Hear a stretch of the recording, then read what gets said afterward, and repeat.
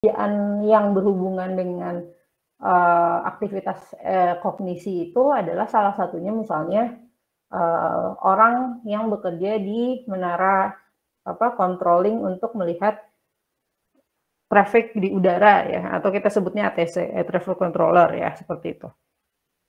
Nah, tugasnya mereka adalah melihat traffic pesawat ya yang terbang dari satu titik ke titik lainnya. Tapi di satu sisi juga bukan hanya pesawat yang memang diamati akan masuk ke bandara mereka saja, tapi bisa jadi juga yang akan take off juga kan dan lain-lain. Jadi banyak hal yang diperhatikan. Nah, kenapa pada akhirnya kegiatan itu juga banyak aktivitas kognisinya? Karena dibandingkan aktivitas fisiknya, mungkin pekerja itu nggak banyak melakukan kegiatan fisik, hanya duduk di depan layar ya seperti itu. Tapi secara kognisi, karena kita kemarin sempat belajar bagaimana proses orang berpikir, tadi disebutkan ada conscious dan unconscious ya, berarti dia ada berpikir secara sadar ya, melakukan proses analisis gitu kan, terus juga mengamati ya, itu perlu konsentrasi, maka itu disebut juga aktivitas kognisi ya, bekerja dengan aktivitas kognisi. Nah, di sini juga stimulus yang dimunculkan berupa visual. Dia harus tepat tahu membedakan makna dari lambang pesawat yang berbeda warna gitu kan ya, radius berapa dan berapanya gitu. Itu juga jangan sampai salah kan. Kalau sampai salah dia memperhatikan objeknya, memberikan atau menginterpretasikan makna yang berbeda, maka apa yang terjadi gitu kan? Yang terjadi bisa jadi misinformasi ya, terjadi kesalahan informasi yang fatalnya adalah bisa menyebabkan kecelakaan ya, seperti itu. Ya mungkin sekedar dari komen satu orang misalnya di line komunikasinya gitu kan dengan pilot, tapi ternyata efeknya bisa ke satu pesawat itu kan yang kena dampaknya ya, seperti itu. Jadi bisa dikatakan itu juga merupakan jenis pekerjaan yang cukup banyak aktivitas kognitifnya dan memang menguras pikiran ya, seperti itu.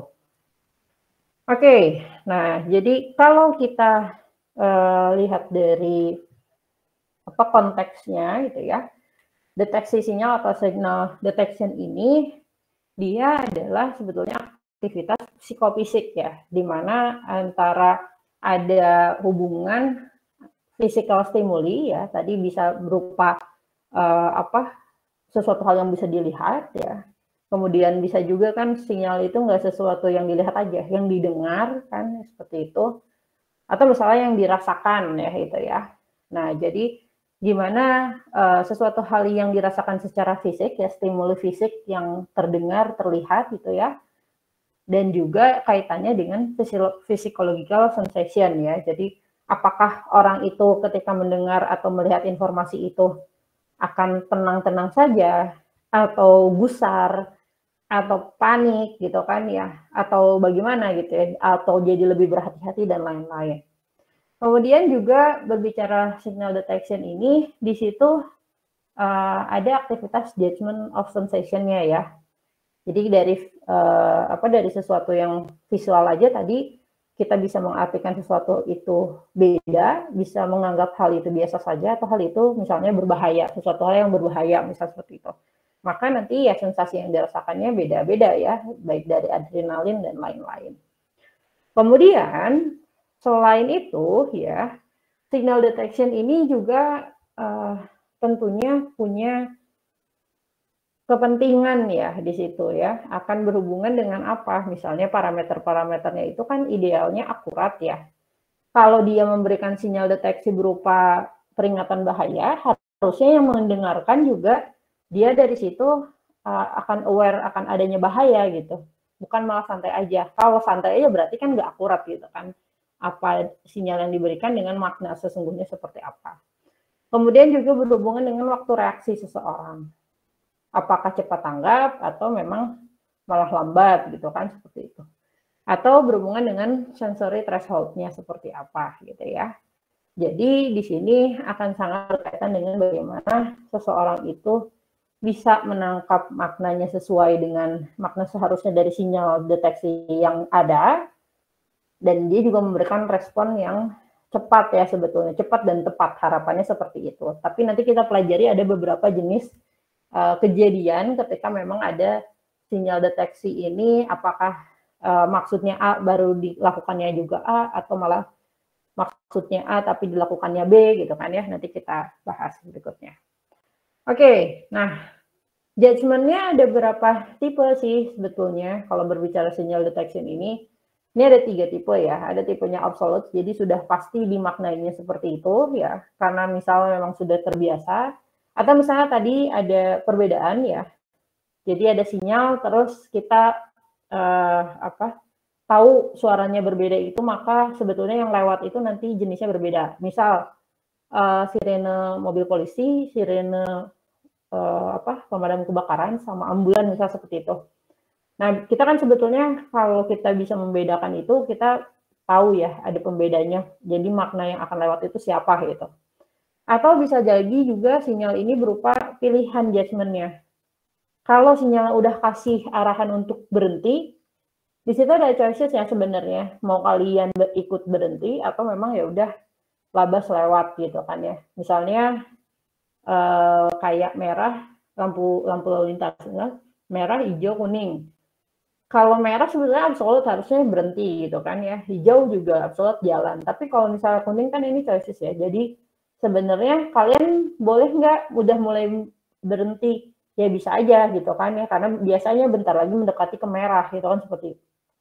Tapi kalau misalnya kalian tetap jalan, bisa nggak? Iya, tapi harus hati-hati kan seperti itu. Itu adalah judgement yang sebetulnya dilakukan oleh manusia dalam konteks signal detection itu. Oke, nah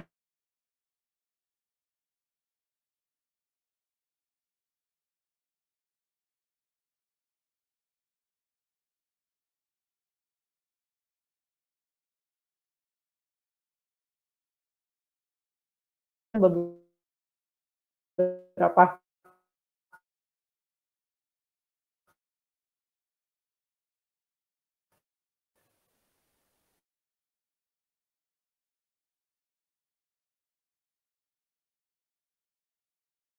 pendengaran gitu kan ya, atau sesuatu yang kita bisa sentuh ya, kita punya keterbatasan. Mungkin dari segi jarak, berapa jauh sih sebetulnya kita juga bisa melihat suatu informasi secara visual, atau misalnya pendengaran seberapa keras atau seberapa seberapa kecil ya volume dari si informasi itu bisa kita serap kan seperti itu.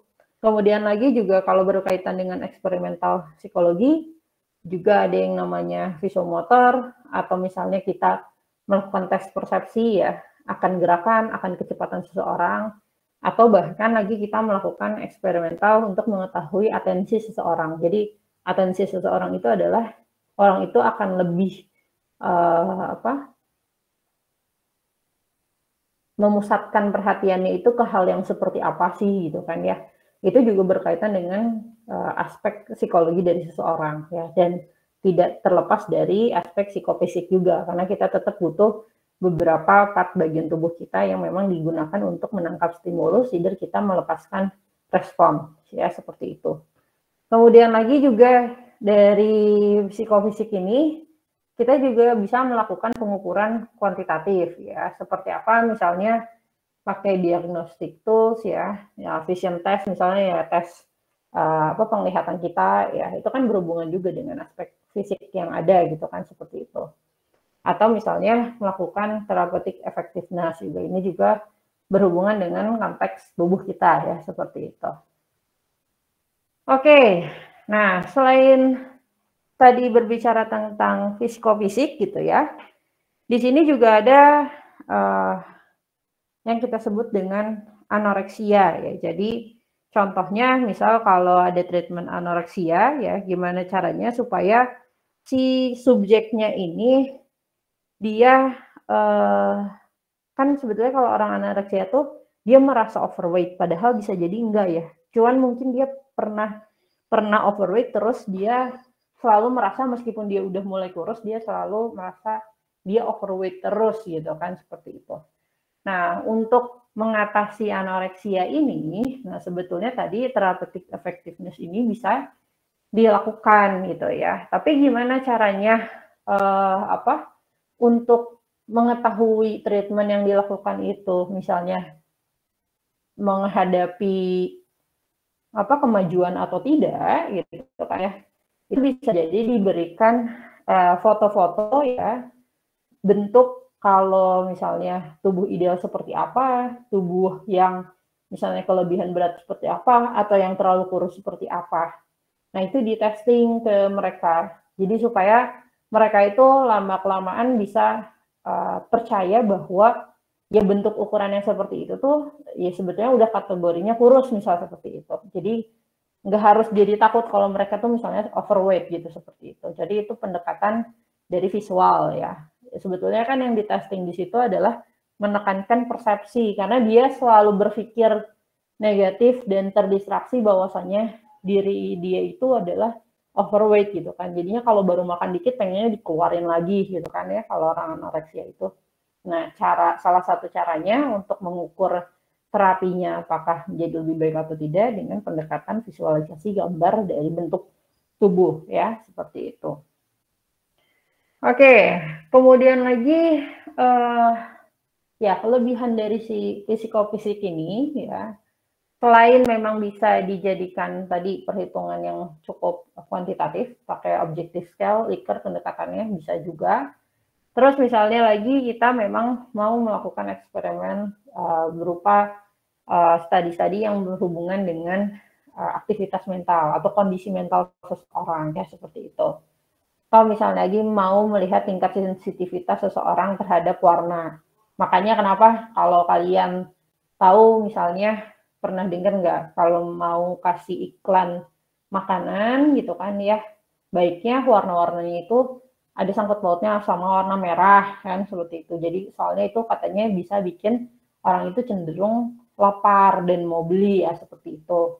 Jadi itu sebetulnya ya kenapa bisa tahu sensitivitas orang terhadap warna itu ya pasti sebelumnya ada testing dulu ya atau eksperimen dulu ya seperti itu. Jadi sesuatu hal yang berhubungan dengan kecenderungan orang menarik atensinya, mempersepsikan sesuatu hal, nah ini sebetulnya bisa dikaitkan dengan studi-studi di psikofisik ini gitu ya, seperti itu.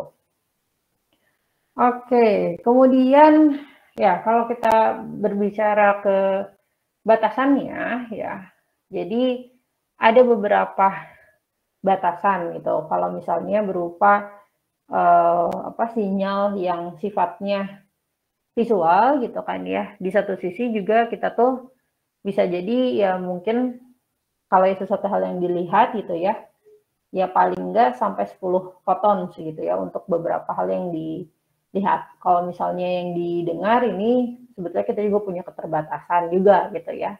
Kalau kalian pernah dengar mungkin pernah belajar pasti dulu pas SMA, bedanya berapa hertz yang bisa didengar manusia, yang didengar lumba-lumba, yang didengar sama anjing gitu kan ya.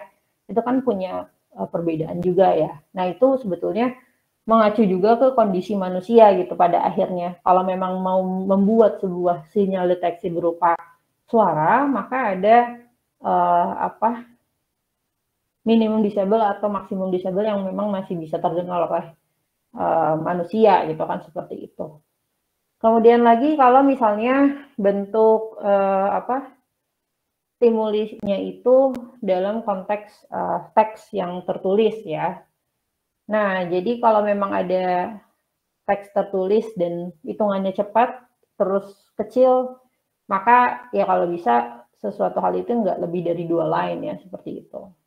Atau misalnya informasi yang berhubungan dengan warna, kita juga punya batasan sebetulnya berapa warna yang bisa kita tangkap dalam konteks waktu yang singkat misal seperti itu ya.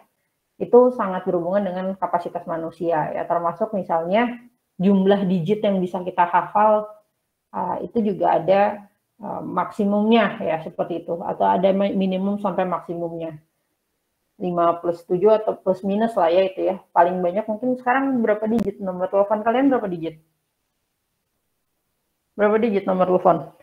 HP ya, HP? Saya 12, Bu. 12 ya kan? Ya. Ya, jadi digitnya 12 lah paling enggak 5 plus minus 7 ya. Ya paling banyaknya udah 12 itu udah banyak sih sebetulnya. Tapi kalau lebih dari itu kayak NIK berapa ya? NIK tuh berapa digit? Coba NIK kalian berapa digit?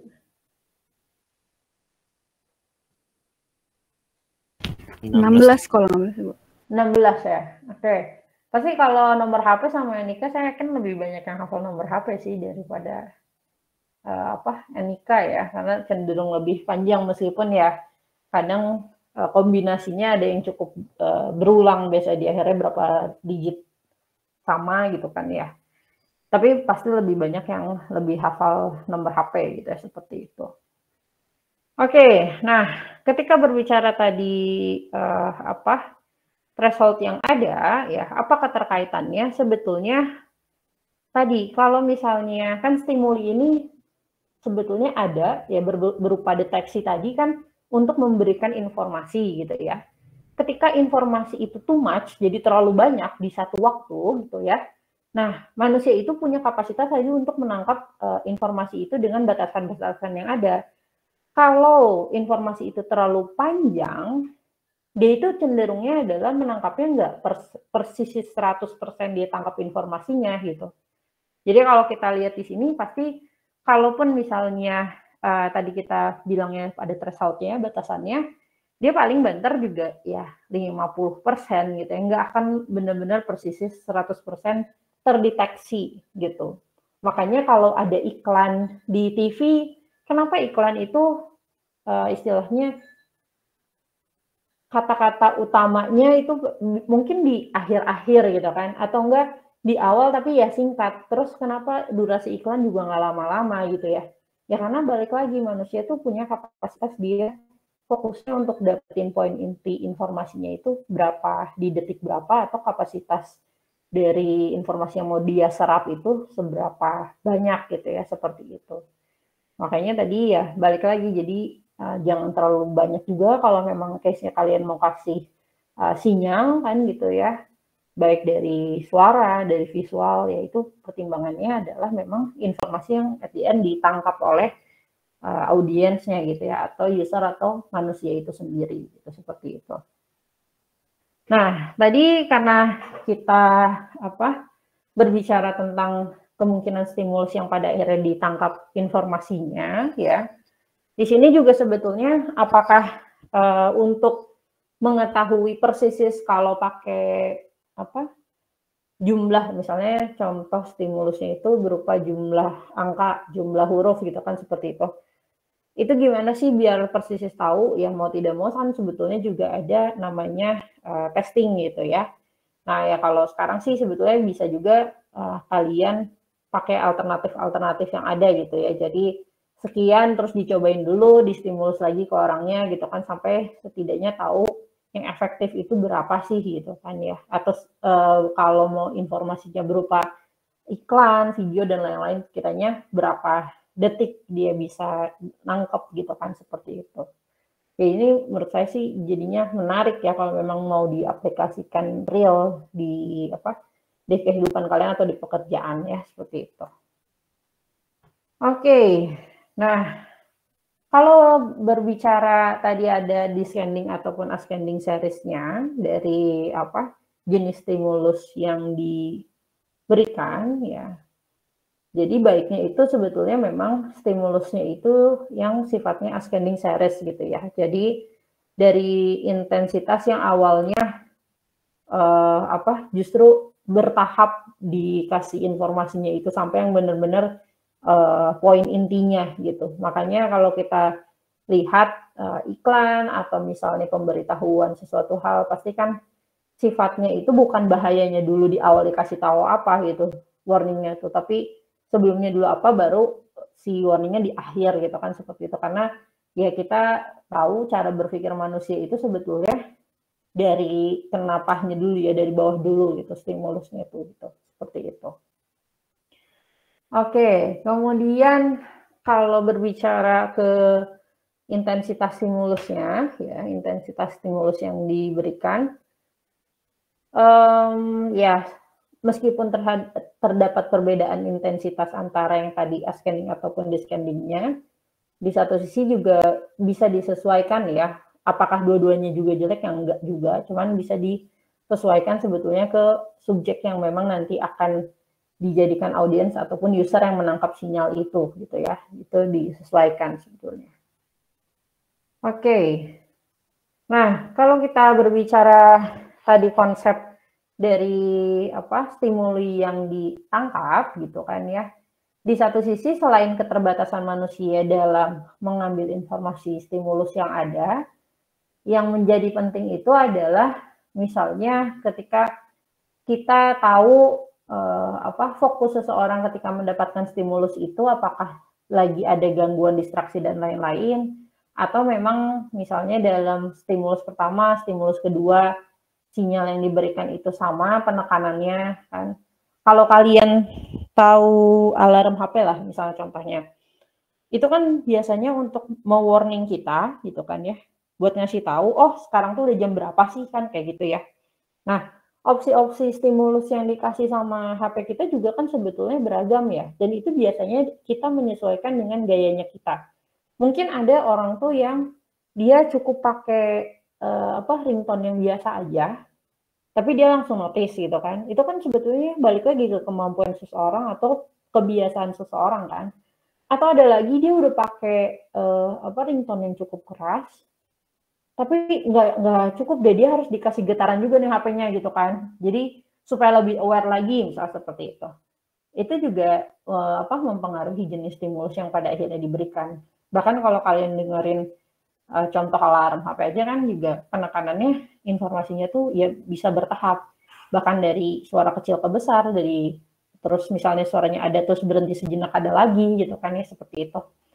Jadi itu sebetulnya bentuk-bentuk sinyal yang diberikan secara bertahap dengan periode waktu tertentu ya. Ya fungsinya adalah sebetulnya untuk kasih tahu ke kita nih, oh udah jam segini kalau konteksnya dari si alarm tadi ya, seperti itu.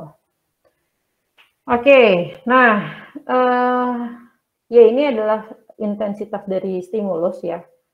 Sebetulnya kita juga bisa jadi tahu mendeteksi, oh ada sesuatu hal nih gitu kan, ada suara nih gitu. Bisa jadi di saat stimulus yang pertama, kemudian bunyi lagi gitu kan ya. Kemudian kita nggak dengar atau mungkin bunyi lagi, kita mendeteksi lagi. Jadi ya sebetulnya juga tergantung dari stimulus yang muncul ya. Kita juga bisa notice sebetulnya. Tapi ya tadi kembali lagi yang menjadi penting selain notice stimulusnya, di satu sisi juga adalah menginterpretasikan dari informasi yang ada dari stimulus itu gitu ya. Oke. Nah, kalau kita berbicara tadi intensitas stimulus, ya ini balik lagi ya, tadi ada thresholdnya 50%. Ini mirip yang grafik yang sebelumnya ya, di mana memang ada ada keterbatasan manusia tadi ya untuk dapetin stimulus, atau ketika stimulus itu muncul, kapan dia maksimalnya akhirnya ngeh dan nangkep informasi itu gitu. Oke, yang berikutnya ada juga psychophysical methods itu yang berhubungan dengan adaptive method ya. Nah, kalau adaptive method ini cenderung lebih kompleks ya. Terus juga kalau kita berbicara dari jenis stimulusnya, ini lebih kepada jenis stimulus yang descending ya. Jadi dia tipenya bisa jadi stimulus itu hilang ataupun bahkan belum selesai untuk ditarik, deteksinya belum dicoba diambil tapi sudah mulai hilang duluan gitu ya jadinya. Itu adalah yang adaptive method, atau dia juga lama-kelamaan udah terbiasa sebelumnya gitu ya. Jadi udah tahu gitu. Kalau misalnya bunyi itu tuh atau visual itu tuh bentuknya apa sih gitu, artinya apa sih gitu kan ya. Oke, kalau kita bicara adaptive method lagi ya, di sini mirip seperti constant stimuli. Yang kalau tadi kan stimulinya ada misalnya per sekian menit dia bunyi lagi gitu kan ya. Kalau di adaptive method dia bisa jadi konstan, tapi dia ada intensitas yang bisa jadi juga beragam ya gitu ya. Nah, intensitas beragamnya ini tergantung apa? Ini tergantung dengan eksperimen yang dilakukan gitu kan, seperti itu. Jadi bedanya kalau yang tadi, misalnya kalau bunyinya per sekian detik dia terus gitu kan stimulinya. Nah, kalau yang tadi grafiknya kan berarti di bunyi keberapa sebetulnya orang itu ngeh bahwa oh ada stimuli ini nih gitu, terus maknanya ini nih gitu kan ya. Itu yang tadi yang sebelumnya. Nah, kalau yang di adaptive methods, ini bisa jadi rentangnya berubah ya, menyesuaikan dari case eksperimen yang ada gitu, seperti ini. Nah, kemudian ya, kalau kita berbicara tentang sinyal ya yang diberikan gitu ya dalam konteks stimulus tadi, kita mengenal ada beberapa istilah ya. Salah satunya adalah efek dari noise. Apa sih noise ini? Ya sama halnya, misal kalian lagi kuliah sekarang, kuliah saya. Kemudian kan sebetulnya stimulus yang dikasih adalah suara dari saya kan ke kalian, gitu kan, seperti itu. Nah, noise ini bisa jadi beberapa hal yang mengganggu suara yang masuk. Entah kalian misalnya ada sambil dengerin lagu, atau misalnya ada teman kalian manggil, saya nggak tahu posisi kalian lagi di mana, tapi atau misalnya ada suara jalan, terus ada suara mobil motor lewat ya, itu sebetulnya bisa jadi salah satu noise juga ya, seperti itu. Nah, deteksi dari si noise ini bisa jadi beda-beda ya. Ada yang memang ketika ada distorsi noise itu terus kita ya netral aja karena nggak ngeganggu amat, atau malah jadi lebih nambah stimulus, atau malah mengganggu atensi gitu kan ya, atau kita justru jadinya memberikan respon terhadap si noise yang ada gitu ya, seperti itu. Jadi kalau misalnya ada sinyal terus ada noise ya, bisa jadi si orang yang mendengarkan itu sebetulnya juga nggak terlalu bisa membedakan ya, seperti itu. Jadi berbahaya sebetulnya noise ini ya, bisa visual, bisa nggak bisa juga ya. Jadi terdistraksi, ada dua tampilan, either warna yang bikin lebih menarik, gambar yang lebih menarik dari hal yang seharusnya kalian perhatikan, misalnya gitu kan, sinyal yang kalian perhatikan. Jadi itu adalah konsep dari efek noise yang ada ya, seperti itu. Jadi dia bisa jadi membuat orang terdistraksi seperti itu. Sehingga kalau berbicara misalnya ada noise ya, kalau misalnya yang nggak ada noise, sebetulnya dia bisa jadi stimulus deteksinya bisa jadi lebih kuat ya, seperti itu. Tapi kalau misalnya ada noise ya, random noise-nya ini misalnya makin kuat, maka ya deteksinya malah makin jelek ya yang ditangkap oleh manusia itu. Oke, kembali ke sinyal detection-nya. Jadi kalau sinyal detection ini dia bisa jadi dibedakan jadi 3 gitu ya. Misalnya memang apakah sinyalnya ada dan tidak ya, seperti itu. Atau sinyalnya ada tapi ditambah noise, atau memang yang nggak diketahuin ya, atau susah untuk dideteksi gitu sinyalnya itu gitu kan ya. Nanti kita juga bahas tentang matriks dari sinyal detection teorinya, dan juga ya apa yang ngebedain atau yang bikin orang tuh jadi bingung juga gitu ya, antara misalnya neural noise, noise in environment, ataupun absolute threshold yang memang dimiliki, keterbatasan dimiliki. Nah, kalau kita berbicara tadi stimulus yang berhubungan dengan noise ya di proses SDT ya, signal detection teori ini. Nah, nanti kita harusnya berpikir ya gimana stimuli itu benar-benar terdeteksi, atau misalnya stimuli itu bisa dipisahkan antara background noise yang ada ya. Terus gimana caranya orang itu fokus terhadap informasi yang ada ya, terus ambil decision yang sesuai ya. Meskipun misalnya ada uncertainty dalam konsep sinyal yang didapatkan. Atau lagi gimana caranya kita dapat decision yang optimal ya dari data-data yang ambigu atau sinyal-sinyal yang ambigu. Kayak contohnya yang tadi yang pertama banget di slide pertama, kan sebetulnya gambar itu bisa jadi memberikan persepsi yang berbeda gitu kan ya. Meskipun diberikan sinyal gambar bisa jadi ambigu ya. Ada yang nganggapnya dia wanita tua, ada yang menganggapnya wanita muda gitu kan, seperti itu.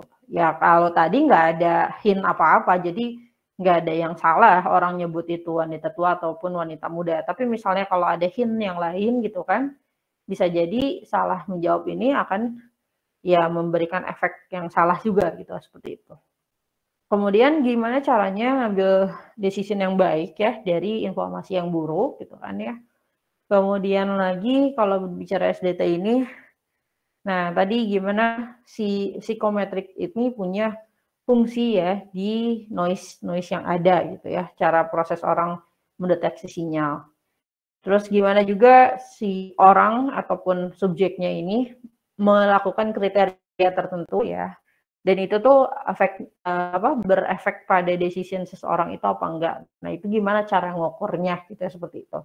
Atau di signal detection theory ini juga membantu kita sebetulnya untuk mengukur sensitivitas seseorang dalam memilih jawaban yang benar ya, atau mengambil keputusan yang benar atau yang salah gitu ya, seperti itu.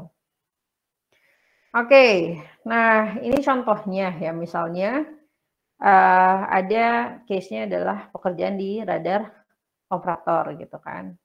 Nah, tugasnya sebetulnya orang itu ketika melihat radar screen ini, dia untuk memberikan warning gitu kan, kalau misalnya ada pesawat yang datang gitu kan, seperti itu. Nah, kalau di sini sebetulnya apakah blobs enemy aircraft itu ada atau cuman noise aja? Misalnya atau memang ada pesawat lawan, atau sebenarnya dia itu sebenarnya cuma noise dan berupa awan tapi terdeteksi gitu kan ya. Bisa jadi kalau misalnya dia salah ngasih info, salah ngelihat, salah melakukan persepsi, yang harusnya misalnya, oh tembak aja soalnya itu pesawat musuh. Terus dia lakuin tembak, ternyata ya cuma awan. Ya malah nyanyiin si apa namanya? Sebutannya apa dong? Senjatanya ya. Misal seperti itu. Peluru-pelurunya, misal seperti itu. Terus kalau misalnya ternyata harusnya kita menembak, tapi orang yang melihat radar screen-nya itu nganggapnya awan gitu kan, yang ada kita yang ditembak duluan kan, seperti itu. Jadi itulah sebetulnya tadi kenapa signal detection theory ini penting untuk dipelajari, gimana orang sebetulnya untuk meminimasi kesalahan gitu ya, dan jenis kesalahan yang sebetulnya bisa terjadi. Dan ini konteksnya mungkin yang visual detection gitu ya, seperti itu. Nah, berikutnya gimana caranya orang itu supaya tidak melakukan kesalahan dalam mendeteksi gitu kan. Ternyata misalnya ada subjektif kriterianya gitu. Kalau misalnya lingkarannya ini misalnya besar, kan ya, seberapa besar itu bisa dianggap itu tuh deteksi pesawat gitu kan ya, seperti itu kan ya. Atau misalnya, oh sama aja gambarnya, nggak ada besar, nggak ada kecil, itu sama-sama pasti semuanya pesawat semua, misal seperti itu. Ini kan ini kemungkinan konsekuensinya nggak sih? Kalau dia tadi salah kan, maka dia sendiri yang ketembak. Tapi kalau misalnya dia salah malah nganggep itu bukan pesawat gitu kan ya bensin sama yang lain-lainnya juga malah jadi waste ya, seperti itu. Jadi kebuang sia-sia ya, seperti itu. Oke, nah jadi ini matriksnya ya, matriks di signal detection theory. Jadi sebetulnya ada sinyalnya, kan sinyal itu bisa mengartikan sesuatu hal yang ya dan tidak, tergantung sinyalnya apa. Nah, berarti kalau tadi kasusnya adalah di radar operator ini, maka sinyal yang dikasih visualisasi itu kan pertanyaannya adalah apakah yang lingkaran itu beneran pesawat musuh atau enggak gitu kan ya. Nah, harapannya adalah kalau iya pesawat musuh, maka decision yang diambil oleh si pilotnya gitu kan ya, dia juga menganggap hal yang sama dengan mengartikan itu pesawat musuh dan benar-benar kenyataannya itu ternyata pesawat musuh, maka itu dikategorikan dengan hit ya, artinya sesuai antara sinyal yang diberikan dengan decision yang diambil ya, seperti itu. Dan persepsi decisionnya juga oh iya sama gitu kan. Akhirnya itu dikatakan sebagai hit. Tapi kalau misalnya ternyata dari sinyal itu menandakan hal yang tidak gitu kan ya. Misalnya apakah itu merupakan pesawat lawan atau tidak? Oh ternyata bukan gitu kan. Sinyalnya itu nggak ngasih tahu kalau dia tuh pesawat lawan dan realnya juga ternyata bukan gitu kan. Kalau realnya bukan ya berarti correct reject. Artinya sesuai. Jadi tidak ada melakukan kesalahan apapun. Decision-nya sama gitu kan ya, sesuai dengan kondisinya. Tapi kalau di sini kita menganggap kenyataannya tidak ada dan sinyalnya menyatakan tidak ada, tapi kita sebagai orang yang melihat sinyal itu menganggap itu adalah pesawat musuh, baru kita tembak lah, itu sebutannya false alarm. Berarti sesuatu hal yang nggak sesuai responnya gitu ya. Nggak sesuai responnya dan juga malah jadi waste tadi ya jadinya. Tapi kalau misalnya lagi kondisinya adalah sesuai dengan kenyataannya, ya ternyata dia pesawat lawan, dan kita salah sebagai orang yang mengartikan persepsi itu, yang ada namanya miss. Ya, miss itu yang merugikan si mengambil keputusannya ini gitu ya, karena harusnya iya tapi dia malah tidak menembak si pesawat itu, akhirnya miss kan. Ya otomatis ini misalnya ya ketembak itu pesawat kitanya ya. Itu contoh dari si matriks sinyal detection theory. Jadi sebetulnya dalam konteks sinyal detection theory ini, kita sering kok ngadepin hal-hal seperti ini. Nggak usah sesuatu hal yang berhubungan dengan radar screen. Kadang kalian, apa ya, misalnya chattingan deh. Terus misalnya ada yang kebiasaan pakai tanda seru, misal. Nah, biasanya ada juga orang yang mempersepsikan tanda seru itu, misalnya orang itu marah, orang itu menegaskan sesuatu hal, atau pakai huruf caps lock, mungkin kalian pernah mengalami misalnya seperti itu. Ada yang misal ada orang A dan orang B, dia chatting pakai huruf caps lock semua, dari si B ke si A. Si A ini menganggap, wah dia marah nih kayaknya. Padahal si B ini tuh sebenarnya pakai caps lock semua tuh bukan marah, tapi misalnya ketekan gitu kan. Berarti apakah itu sebetulnya hit? Ya enggak, sebetulnya kan false alarm enggak sih? Dia sebenarnya enggak bermaksud dia marah, tapi orang yang respon sinyal itu gitu ya, visual itu dia nganggapnya orang itu marah gitu, seperti itu. Atau misalnya kebalikannya gitu kan, orangnya ngasih sinyal yang caps lock itu dia marah, tapi si orang yang nganggep ini biasa aja gitu, kayak ya udahlah orang itu nggak marah kali ya, misal seperti itu. Ya itu terjadi juga miss ya. Makanya kenapa suka sebutan yang paling sering kan ketidaksesuaian itu kalian sebutnya miscommunication, misal seperti ya miscom dan lain-lain gitu ya. Ya jadi ini sebetulnya bagaimana cara kita mendeteksi sebuah sinyal ya, bagian dari itu. Jadi ketika memang tujuan sinyal itu A dan kita juga meresponnya sesuai dengan A dan itu kejadiannya, ya maka hit, nggak akan terjadi apa-apa yang bagaimana gitu kan. Justru yang bahaya tuh yang kalau misalnya terjadinya miss ya tadi, atau false alarm gitu ya, seperti itu.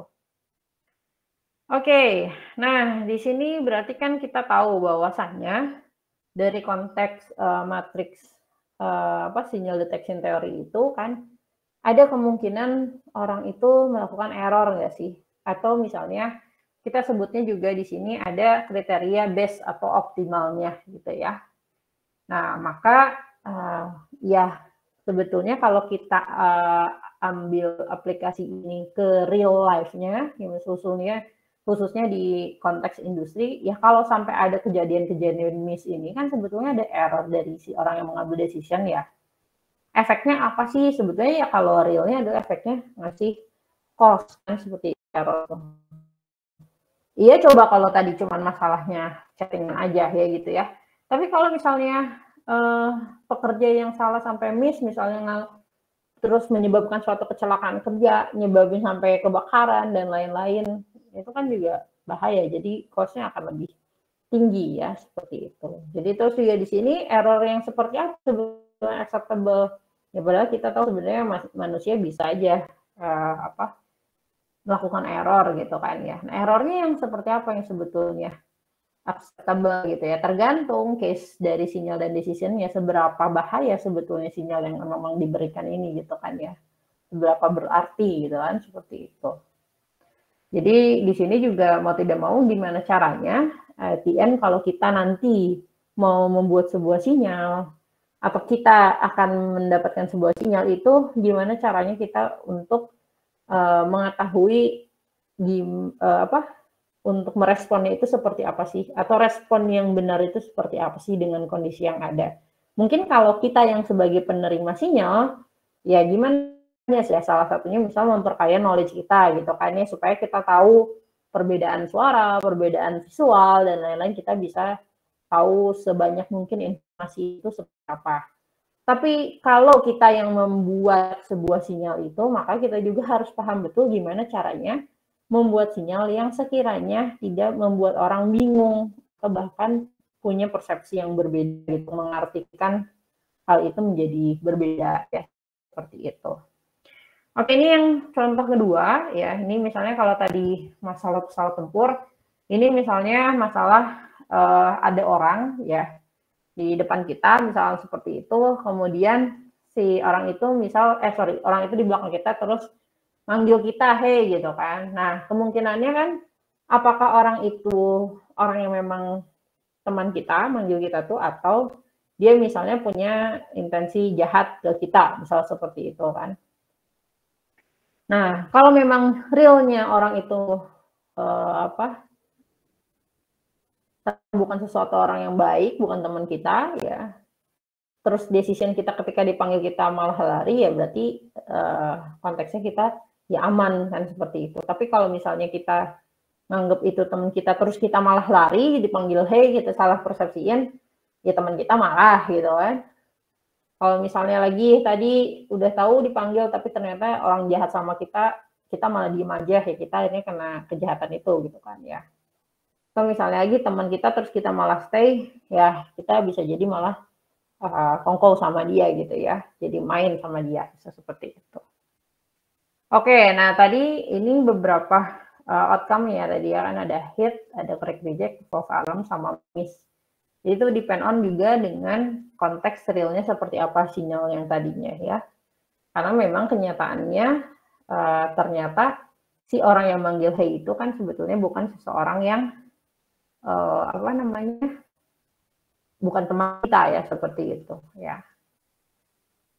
Oke, nah di sini ada juga beberapa opsi ya sebetulnya. Decision run atau stay itu bisa jadi berubah sebetulnya kalau memang in case ada beberapa keterangan yang lainnya gitu ya. Apakah tadi misalnya sinyal itu memang terjadi, sinyal hey-nya itu terjadi, konteksnya itu di malam hari di kampus kan, atau misalnya di siang hari di kampus, atau di malam hari tapi di kota, ini kayak misal di Bandung gitu kan, atau siang hari di kota Bandung gitu kan. Jadi bisa jadi ya uncertainty-nya itu kan justru lebih tinggi pada saat malam hari gitu kan ya. Terus penalti di kita salah persepsi itu ya pastinya adalah kalau kita kondisi kita dipanggilnya itu di luar area kampus gitu kan. Kemungkinannya kalau di dalam kampus kan sebetulnya kemungkinan kita dapat false alarm itu ya bisa jadi, karena ya pasti lebih banyak teman kita ya kalau di kampus konteksnya. Tapi misalnya kalau kalian di Lampung terus lagi di luar kampus tiba-tiba ada yang hey kan, kemungkinan teman kita tuh sebetulnya lebih kecil. Bisa jadi juga orang lain ada di area itu gitu ya, seperti itu. Jadi kalau dikatakan mana decision yang best atau optimal tadi ya depend on tadi konteksnya seperti apa gitu ya. Jadi harus lengkap konteksnya. Kalau kita ya orang TI nggak bisa bilang benar salah kalau nggak konteksnya, kita nggak tahu persis seperti apa. Kita sangat kontekstual ya, tergantung. Biasanya kan kita sebutnya seperti itu dulu. Kondisinya seperti apa dulu, dan misalnya kita posisinya di yang mana gitu kan, seperti itu. Tuh. Oke, nah tadi jadi kalau berbicara apa SDT selain dari matriks yang ada, ya tadi ada jenis apa false alarm, miss, correct reject dengan tadi apa satu lagi hit ya seperti itu.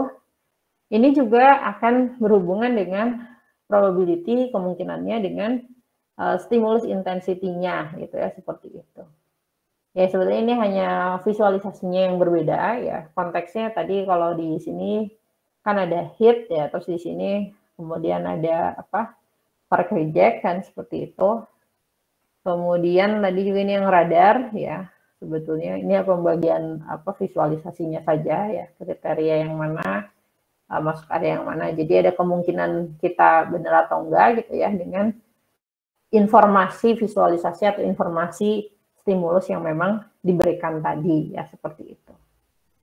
Oke, jadi di mana konteks miss itu ya, miss itu adalah ketika posisinya misalnya apa kemungkinannya itu misalnya tidak benar gitu kan ya, atau tidak ada ya tidak terdeteksi gitu kan, tapi kita mendeteksinya malah iya gitu kan ya, itu juga bisa dikatakan miss ya. Kalau ini correct reject itu sesuai ya, jadi apa dia tidak terdeteksi tidak ada, tapi kita juga sebagai orang yang ambil decision kita juga bilang itu tidak ada juga gitu ya, karena itu adalah merupakan noise tadi, bukan benar-benar aircraft ya. Tadi noise-nya di sini kan contohnya misalnya jadi awan itu kan seperti itu. Oke, nanti ini dibaca aja ya. Kondisinya sebetulnya ya ini adalah visualisasi dari grafik antara probability yang kemungkinannya terjadi dengan stimulus intensitas yang didapatkan oleh usernya tadi ya, yang untuk mengambil sebuah keputusan itu seperti itu.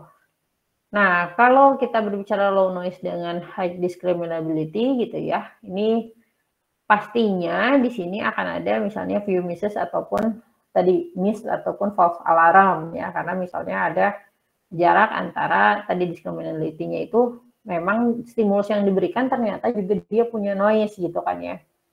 Kecuali memang di apa stimulus yang dikasih itu benar-benar nggak ada noise sama sekali. Maka apakah akan ada apa tadi false alarm atau miss? Nggak mungkin, karena nggak ada noise gitu kan ya. Kemungkinannya dia cuman hit sama apa tadi correct reject gitu kan ya. Itu.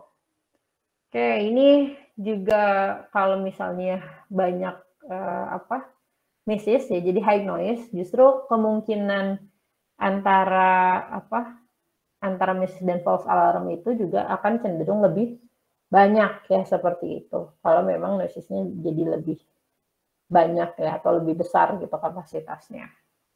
Nah itu udah jelas lah secara logika ya pasti kan ya. Oke, nah ini sebetulnya gimana caranya untuk menghitung discriminability-nya gitu tadi ya. Antara kemungkinan adanya si noise dengan stimulus yang seharusnya. Oke, gimana caranya ini berhubungan antara stimulus ditambah si noise itu. Nah, disebutnya di sini discriminability ini sebagai min D-aksen ya, atau time-nya seperti apa gitu ya. Bentar. Oke, ini hanya sebuah ini aja, maksudnya lebih ke apa? Ke pengetahuannya gitu ya, seperti itu. Nanti silakan nanti dibaca lagi. Tapi sebetulnya yang saya tekankan di apa di pertemuan ini adalah bagaimana kalian bisa membedakan antara matriks SDT yang ada tadi ya. Apa yang disebut dengan hit, miss, kemudian tadi correct reject ataupun apa false alarm ya. Itu gimana cara membedakannya ya seperti itu. Nah, untuk perhitungan D-aksen ataupun gimana caranya kita melakukan apa estimasi di sini, apa sih fungsinya ya? Kalau ini untuk yang mau tahu lebih lanjut sebetulnya, ini bisa kita lakukan apa eksperimen sebetulnya. Jadi karena tadi kan kita tahu orang ngambil keputusan itu bisa jadi melakukan error. Nah, sebetulnya gimana caranya kita meminimasi error yang ada? Apakah dengan jumlah stimulus yang frekuensi stimulus yang diberikan itu seberapa sering dibandingkan noise-nya gitu. Kalau misalnya kita tahu ada noise, maka si stimulusnya itu harus seberapa sering dimunculkan, karena kan ini berhubungan dengan kemungkinan munculnya siapa yang lebih banyak kan, kalau probabilitas ya 0,1 yang mana dulu yang muncul gitu kan, dan lain-lain. Nah, jadi di sini juga sebetulnya dengan kita menghitung proporsi stimuli yang ada gitu ya, kita sebetulnya bisa membantu untuk meminimasi error yang terjadi yang dilakukan oleh orang ketika ngambil decision ya, seperti itu. Oke, nah ini D-aksennya ternyata juga kalau kita berbicara performansinya dia 0 sampai 1 ya, ngomongin probabilitas juga di sini. Di mana kalau secara optimalnya ya hit rate-nya itu misalnya 0,99 dan false alarm itu rate-nya adalah 0,01. Jadi nggak mungkin 1 juga ya, karena pasti ada error-nya ya di situ. Jadi kalau kita katakan optimal D-aksennya juga nggak akan persis 1 gitu, nggak akan ya, seperti itu. Oke, ini contoh untuk perhitungannya, nanti silahkan dicoba saja gitu ya. Tapi kalau balik lagi, kalau saya sebetulnya lebih ke menekankan konsep membedakan tadi ya antara hit, miss, kemudian false alarm ataupun correct reject gitu ya, seperti itu. Dan yang pasti kalau kita berbicara tadi untuk mengontrol decision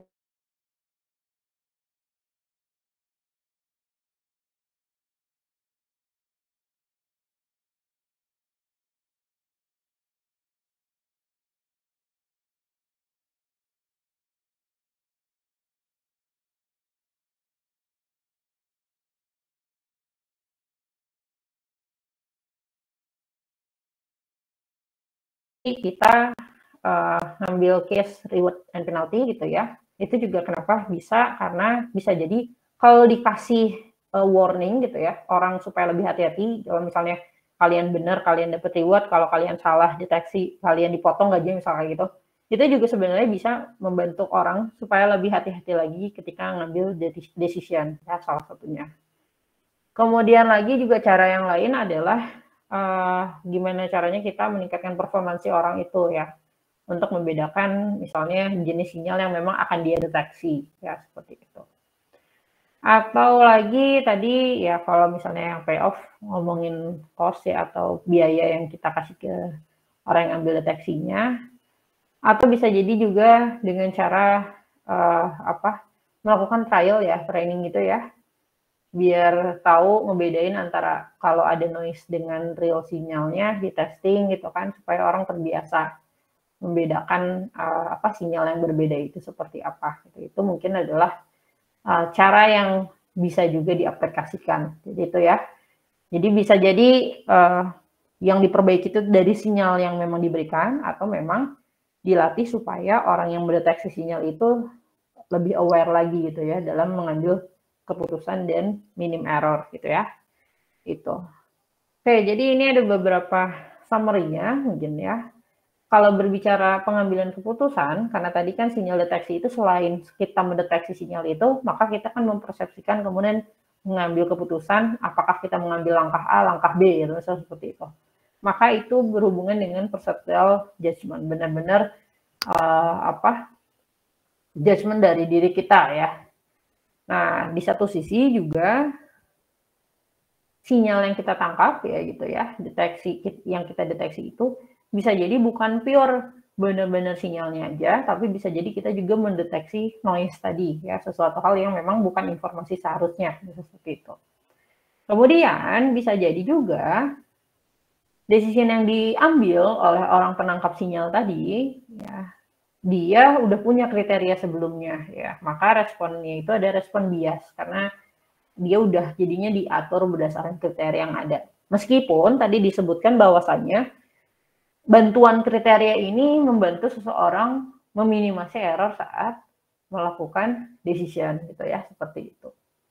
Kemudian lagi tadi contoh-contoh misalnya untuk mengontrol gimana biar orang itu nggak melakukan kesalahan dalam proses mengambil decision dari sinyal yang dia deteksi gitu kan ya, misalnya kasih konsekuensi tertentu ya.